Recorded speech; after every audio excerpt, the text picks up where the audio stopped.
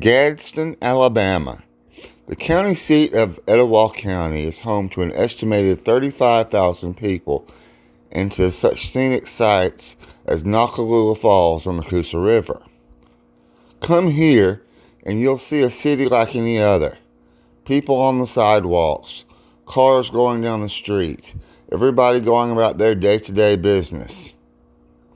During the summer months, you'll see boats on the river full of people fishing, swimming, or riding around having a good time. But you'll see something else, too.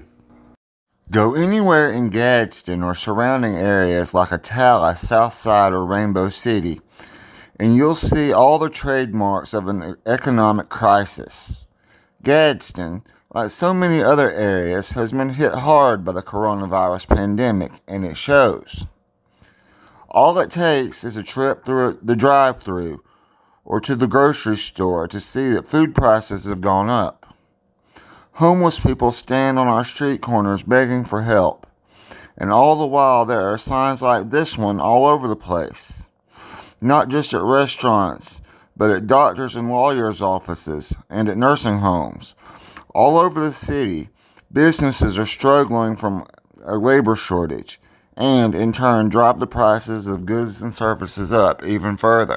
Gadsden, Alabama is a city in crisis, and it knows it. As you can see from these banners that line up and down Broad Street in downtown Gadsden, urging residents to shop and dine locally, they've come up with a solution, a very ironic solution. So, what makes asking Gadsden residents to support local businesses ironic? Well, it's because of what you don't see a lot of here in town. Local family-owned businesses. There are a few, but those that do exist have either been around for quite a while or else the families that own them are wealthy. So, by and large, supporting local businesses means supporting those chain restaurants and big box retail stores nobody wants to go back to. It's all due to a set of circumstances that have been in place since long before the pandemic began.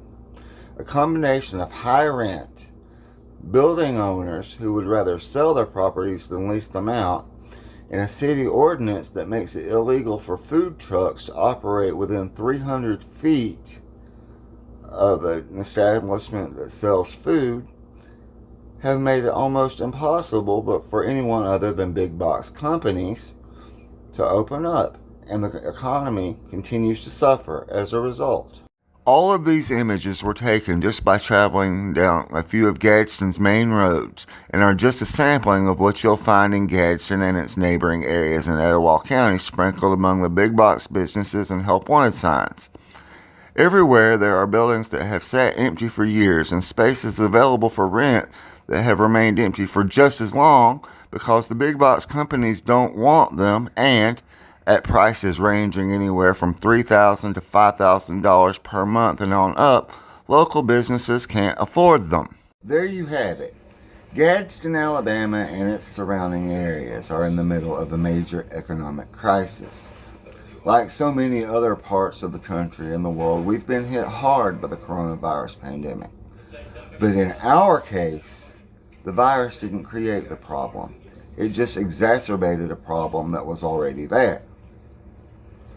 So then, what's the solution? How do we, as residents of Gadsden and Etowah County, get our local economy back on track and help our jobless and homeless citizens in the process? Well, I think the city of Gadsden has the right idea by encouraging people to dine and shop locally, but I believe they're going the wrong way about it. Those big box businesses and chain restaurants need to be saved. They provide an essential service. But if we want to save our local economy, then helping our local business owners get set up and established has got to be the first domino to fall in order to make that happen. If we do that, the unemployment rate will go down as people create their own jobs and hire others to work for them. At the same time, prices on food and other goods and services will start going down to manageable levels as competition enters the market and floods it with those things. Now, it all starts with making commercial spaces affordable for local business owners in order to make their overhead as low as possible and get them off the ground running. Obviously, our city governments can't tell private building owners how much to charge for their own properties. In those cases, all we can do is appeal to those parties to consider renting their properties to start up businesses at lower rates.